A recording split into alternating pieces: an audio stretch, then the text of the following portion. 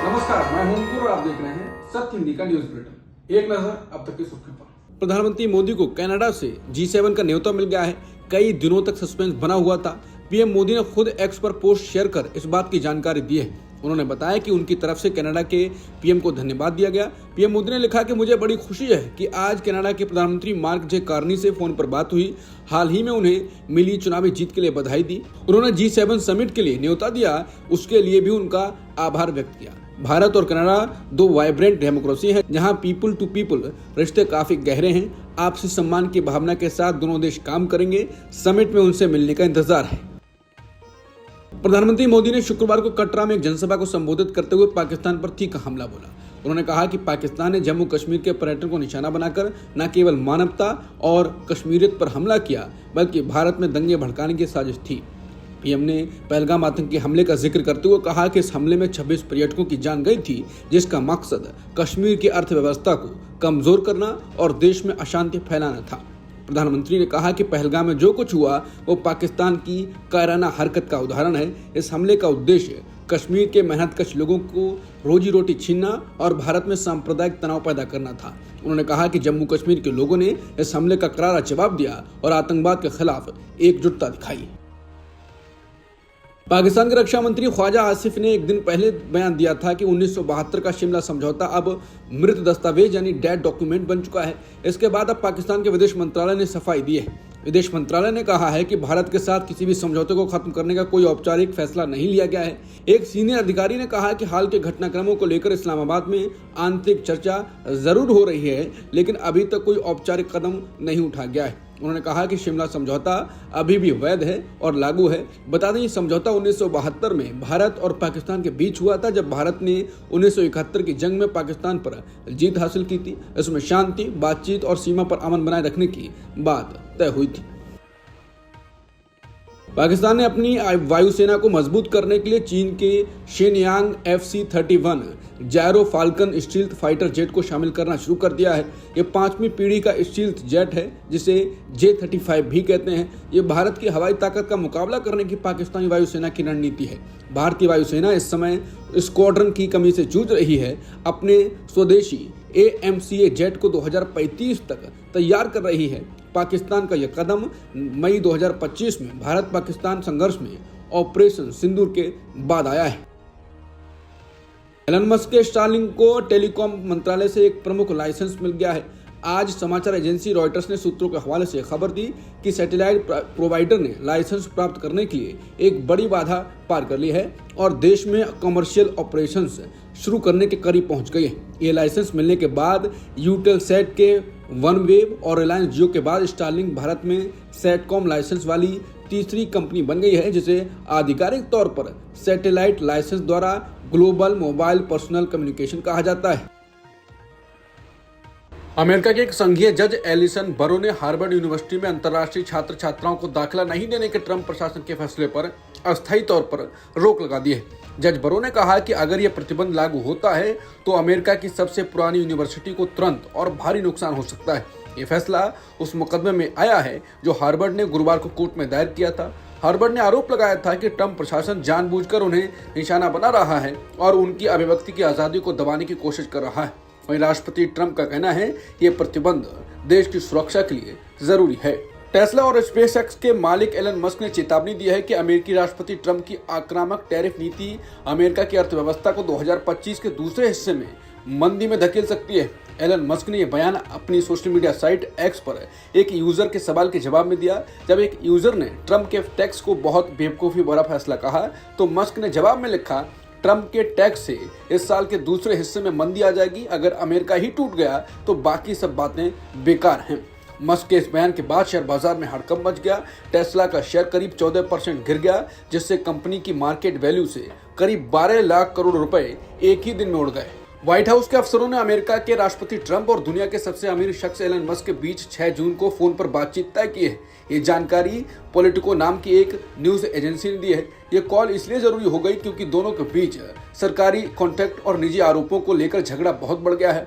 Elon Musk ने तो यहाँ तक कह दिया कि राष्ट्रपति ट्रंप को हटा दिया जाना चाहिए। इस झगड़े का सीधा असर एलन मस्क की कंपनी टेस्ला पर पड़ा है। शुक्रवार को एशिया में शेयर बाजार खुलते ही चीन की कई इलेक्ट्रिक वाहन बनाने वाली ईवी कंपनियों के शेयरों में गिरावट दर्ज हुई। हांगकांग में बाजार खुलते ही दुनिया की सबसे बड़ी ईवी कंपनी BYD के शेयर करीब 2% नीचे गिर गए। इसी तरह नियो और ली ऑटो जैसी दूसरी बड़ी कंपनियों के शेयरों में भी गिरावट देखी जा रही है। इससे पहले अमेरिकी शेयर बाजार में टेस्ला के शेयरों में 14% से ज्यादा की गिरावट दर्ज की गई। टेस्ला के गिरते शेयरों की वजह कंपनी के CEO एलन मस्क और अमेरिकी राष्ट्रपति ट्रंप के बीच बढ़ते मतभेद को बताया जा रहा है। अमेरिकी राष्ट्रपति ट्रंप और टेस्ला चीफ एलन मस्क के बीच जमकर बहसबाजी हो रही है। ये लड़ाई इतनी बढ़ गई है कि मस्क ने ट्रंप पर महाभियोग लगाने की मांग कर दी है। उन्होंने कहा कि उपराष्ट्रपति JD वेंस को राष्ट्रपति बनाया जाना चाहिए। मस्क ने इसके बाद ट्रंप का नाम नाबालिग लड़कियों के यौन शोषण और तस्करी के दोषी जेफरी एप्स्टीन के साथ जोड़ा। उन्होंने कहा कि ट्रंप का नाम एप्स्टीन की फाइलों में है, यही वजह है कि उन्हें सार्वजनिक नहीं किया गया। वहीं ट्रंप ने मस्क की कंपनियों के सरकारी ठेके और सब्सिडी खत्म करने की धमकी दी। उन्होंने कहा कि मस्क पूरी तरह से पागल हो चुके हैं। मस्क ने ट्रंप की धमकी का जवाब देते हुए एक बड़ा कदम उठाया। उन्होंने एक्स पर घोषणा की कि ट्रंप की सरकारी अनुबंध खत्म करने की धमकी के जवाब में उनकी कंपनी स्पेस एक्स अपने ड्रैगन स्पेसक्राफ्ट को तुरंत बंद करना शुरू कर देगी। यह अंतरिक्ष यान नासा के लिए अंतर्राष्ट्रीय अंतरिक्ष स्टेशन तक एस्ट्रोनॉट और सामान ले जाता है। अगर स्पेस एक्स वाकई से बंद करता है तो इससे नासा और अमेरिकी अंतरिक्ष कार्यक्रम को बड़ा झटका लग सकता है। ट्रंप की धमकी का जवाब देते हुए मस्क ने अपने सोशल मीडिया प्लेटफॉर्म एक्स पर एक बड़ा दावा किया। उन्होंने लिखा, समय आ गया है कि बड़ा बम फोड़ने का। डोनाल्ड ट्रंप का नाम जेफरी एप्स्टीन फाइल्स में है, यही कारण है कि इन्हें सार्वजनिक नहीं किया गया। अमेरिकी राष्ट्रपति ट्रंप और दुनिया के सबसे अमीर आदमी एलन मस्क के बीच टैक्स और खर्च बिल को लेकर जुबानी जंग देखने को मिली। ट्रंप ने गुरुवार को कहा कि मैं एलन मस्क से बहुत निराश हूँ, मैंने एलन की बहुत मदद की है। ट्रंप ने ओवल ऑफिस में कहा कि एलन और मेरे बीच बहुत अच्छे संबंध थे, मुझे नहीं पता कि हम आगे भी रहेंगे या नहीं। ट्रंप ने मीडिया से बातचीत में कहा कि एलन को इस बिल के अंदरूनी कामकाज को यहाँ बैठे लगभग किसी भी व्यक्ति से बेहतर जानते थे। उनके जाने के ठीक बाद तक उन्हें कोई समस्या नहीं थी। उन्होंने आगे कहा कि मस्क की आलोचना तभी शुरू हुई जब उन्हें पता चला कि हमें इलेक्ट्रिक वाहन खरीदने के मैंडेट में कटौती करनी होगी, ऐसा कुछ जो सीधे मस्क के हितों पर असर डालता है। ट्रंप ने कहा कि उन्होंने मेरे बारे में कुछ भी बुरा नहीं कहा, लेकिन मुझे यकीन है कि ये अगली बात होगी। उन्होंने आगे कहा कि मस्क के सुर में बदलाव काफी अलग था।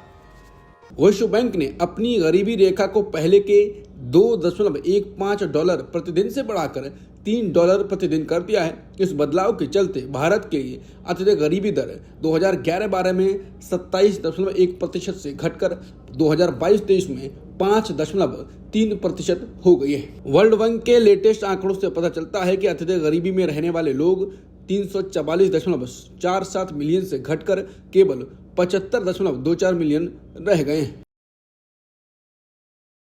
कर्नाटक सरकार ने एक बड़ा फैसला लेते हुए मुख्यमंत्री सिद्धारमैया के करीबी सहयोगी के गोविंदराज को राजनीतिक सचिव के पद से हटा दिया है। सरकार ने इसकी जानकारी एक आधिकारिक नोटिफिकेशन के जरिए दी। हालांकि सरकार की ओर से कोई कारण साफ नहीं किया गया है, लेकिन माना जा रहा है कि यह कार्रवाई 4 जून को बेंगलुरु के M चिन्नास्वामी स्टेडियम के बाहर हुई भगदड़ से जुड़ी है, जिसमें 11 लोगों की मौत हो गई और 56 लोग घायल हुए। प्रधानमंत्री मोदी ने शुक्रवार को चिनाब नदी पर बने दुनिया के सबसे ऊंचे पुल का उद्घाटन किया। चिनाब पुल का उद्घाटन करने के बाद प्रधानमंत्री मोदी ने भारत के पहले केबल स्टेट अंजी पुल का भी उद्घाटन किया। इसके साथ ही उन्होंने कटरा से श्रीनगर तक चलने वाली वंदे भारत एक्सप्रेस ट्रेनों को भी हरी झंडी दिखाई। हाल ही में रूस के राष्ट्रपति व्लादिमीर पुतिन और अमेरिका के राष्ट्रपति डोनाल्ड ट्रंप के बीच फोन पर बातचीत हुई। इस बातचीत में एक चौंकाने वाली बात सामने आई। उन्होंने भारत और पाकिस्तान के बीच हाल ही में हुए संघर्ष पर भी चर्चा की। रूस के एक वरिष्ठ अधिकारी यूरी उशाकोव ने बताया कि यह संघर्ष ट्रंप की सीधी दखल से रोका गया। दोनों नेताओं के बीच 75 मिनट बातचीत चली। रूसी राष्ट्रपति व्लादिमीर पुतिन के वरिष्ठ सलाहकार यूरी उशाकोव ने बताया है कि ट्रंप ने भारत और पाकिस्तान के बीच सैन्य संघर्ष को व्यक्तिगत भागीदारी से रोकने की बात कही। वहीं पाकिस्तान ने भारत के साथ तनाव कम करने के लिए मॉस्को का रुख किया। TOI की रिपोर्ट के मुताबिक भारत के साथ संघर्ष रोकने के लिए पाकिस्तान ने रूस की मदद मांगी है। पाकिस्तान के प्रधानमंत्री शहबाज शरीफ ने रूसी राष्ट्रपति पुतिन को पत्र लिखकर तनाव कम करने में रूस से भागीदारी करने के लिए कहा है। भारत और पाकिस्तान के बीच हुए सीज फायर को लेकर रूस के राष्ट्रपति व्लादिमीर पुतिन के प्रवक्ता यूरी उशाकोव के बयान ने कांग्रेस को केंद्र सरकार पर हमले का मौका दे दिया। कांग्रेस के वरिष्ठ नेता जयराम रमेश ने उशाकोव के बयान के हवाले से सवाल पूछा है कि इस मामले में सच्चाई को सामने लाया जाना चाहिए। जयराम रमेश ने कहा, हम चाहते हैं कि प्रधानमंत्री सच्चाई को सामने रखें। वो अमेरिका की भूमिका पर पूरी तरह चुप हैं। ये बात हैरान करने वाली है कि राष्ट्रपति ट्रंप और राष्ट्रपति पुतिन भारत और पाकिस्तान के बारे में बात कर रहे हैं। भगोड़े कारोबारी विजय माल्या ने हाल ही में पॉडकास्ट में खुलकर बताया कि किंगफिशर एयरलाइंस कैसे बंद हो गई। माल्या ने बताया कि 2008 की ग्लोबल आर्थिक मंदी उनकी कंपनी के डूबने की सबसे बड़ी वजह बनी। उन्होंने कहा कि उन्होंने उस समय के वित्त मंत्री प्रणब मुखर्जी से भी मुलाकात की थी और मदद मांगी थी। उन्होंने कहा कि मैंने प्रणब मुखर्जी से कहा कि मैं बहुत मुश्किल में हूं, एयरलाइंस को छोटा करना पड़ेगा, यानी कुछ जहाज हटाने होंगे और कर्मचारियों की छटनी करनी होगी, क्योंकि इस आर्थिक माहौल में सब कुछ चला पाना मुश्किल हो गया है। विजय माल्या ने बताया कि जब उन्होंने किंगफिशर एयरलाइंस की हालत खराब होने पर सरकार से मदद मांगी और कंपनी को छोटा करने की बात कही तो उन्हें ऐसा करने से मना कर दिया गया। उन्होंने कहा कि मुझे कहा गया, आप एयरलाइंस को छोटा मत कीजिए, आप काम जारी रखिए, बैंक आपकी मदद करेंगी। वही सारी से मुश्किलें शुरू हुई। विजय माल्या ने कहा कि अगर उन्हें निष्पक्ष ट्रायल और सम्मान से जीने की गारंटी मिलती है तो वो वाकई भारत लौटने पर सोचेंगे।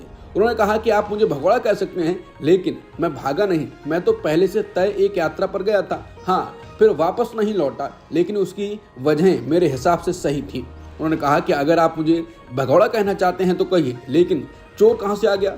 मैंने क्या चोरी की है? अमेरिकी राष्ट्रपति ट्रंप ने कहा है कि उन्होंने चीन के राष्ट्रपति शी जिनपिंग से फोन पर बात की है और अब वो चीन दौरे की योजना बना रहे हैं। उन्होंने चीन के राष्ट्रपति शी जिनपिंग को अमेरिका आने का न्योता भी दिया है। हालांकि दोनों देशों ने अभी तक किसी यात्रा की आधिकारिक पुष्टि नहीं की है। वहीं चीनी मीडिया के मुताबिक व्हाइट हाउस के अनुरोध पर दोनों नेताओं के बीच फोन पर बात हुई थी। ट्रंप ने अपने सोशल मीडिया हैंडल पर लिखा कि दोनों के बीच बातचीत 1.5 घंटे तक चली और इस दौरान ज्यादातर बातें व्यापार को लेकर हुई। साथ ही लिखा कि इसका नतीजा दोनों देशों के लिए सकारात्मक रहा। ओवल ऑफिस में जर्मनी के चांसलर फ्रीडरिख मर्च के साथ बैठक के दौरान ट्रंप ने बताया कि शी जिनपिंग ने मुझे चीन आने के लिए कहा है और मैंने उन्हें अमेरिका आने का निमंत्रण दिया है। हम दोनों ने इस प्रस्ताव को स्वीकार कर लिया है। ट्रंप ने कहा कि वो अपनी पत्नी के साथ चीन जाएंगे और उम्मीद है कि शी जिनपिंग भी अपनी पत्नी के साथ अमेरिकी दौरे पर आएंगे। आरबीआई ने ब्याज दर को 0.50% घटाकर 5.5% कर दिया है, यानी आने वाले दिनों में लोन सस्ते हो सकते हैं। आपकी ईएमआई भी घटेगी। मॉनेटरी पॉलिसी कमेटी मीटिंग के फैसलों की जानकारी आरबीआई गवर्नर संजय मल्होत्रा ने आज 6 जून को सुबह 10 बजे दी। ये मीटिंग 4 जून को शुरू हुई थी। बता दें, इस साल फरवरी में हुई मीटिंग में ब्याज दरों को 6.5% से घटाकर 6.25% कर दिया। स्वास्थ्य एवं परिवार कल्याण मंत्रालय के अनुसार देश में कोविड-19 के एक्टिव मामले 5000 के पार हो गए हैं। मंत्रालय की ओर से शुक्रवार को जारी आंकड़ों के मुताबिक देश में कोविड-19 के कुल 5364 एक्टिव मामलों की पुष्टि हुई। इसमें से ज्यादातर मामलों की पुष्टि केरल में हुई है। केरल के बाद सबसे ज्यादा केस गुजरात, पश्चिम बंगाल और दिल्ली में सामने आए हैं। केरल में कोविड के 16 से 79 एक्टिव मामले हैं। गुजरात में 615, पश्चिम बंगाल में 596 और दिल्ली में 592 एक्टिव मामले हैं। मंत्रालय के मुताबिक इस साल देश में अब तक कोरोना से 55 मरीजों की मौत हुई है। अब तक की सुर्खियों में इतना ही। बाकी खबरों के लिए बने रहिए सत्यहिंदी.com के साथ। Copyright disclaimer under Section 107 of the Copyright Act 1976. Allowance is made for fair use for purposes such as criticism, comment, news reporting, scholarship, and research. Fair use is a use permitted by copyright statute that might otherwise be infringing.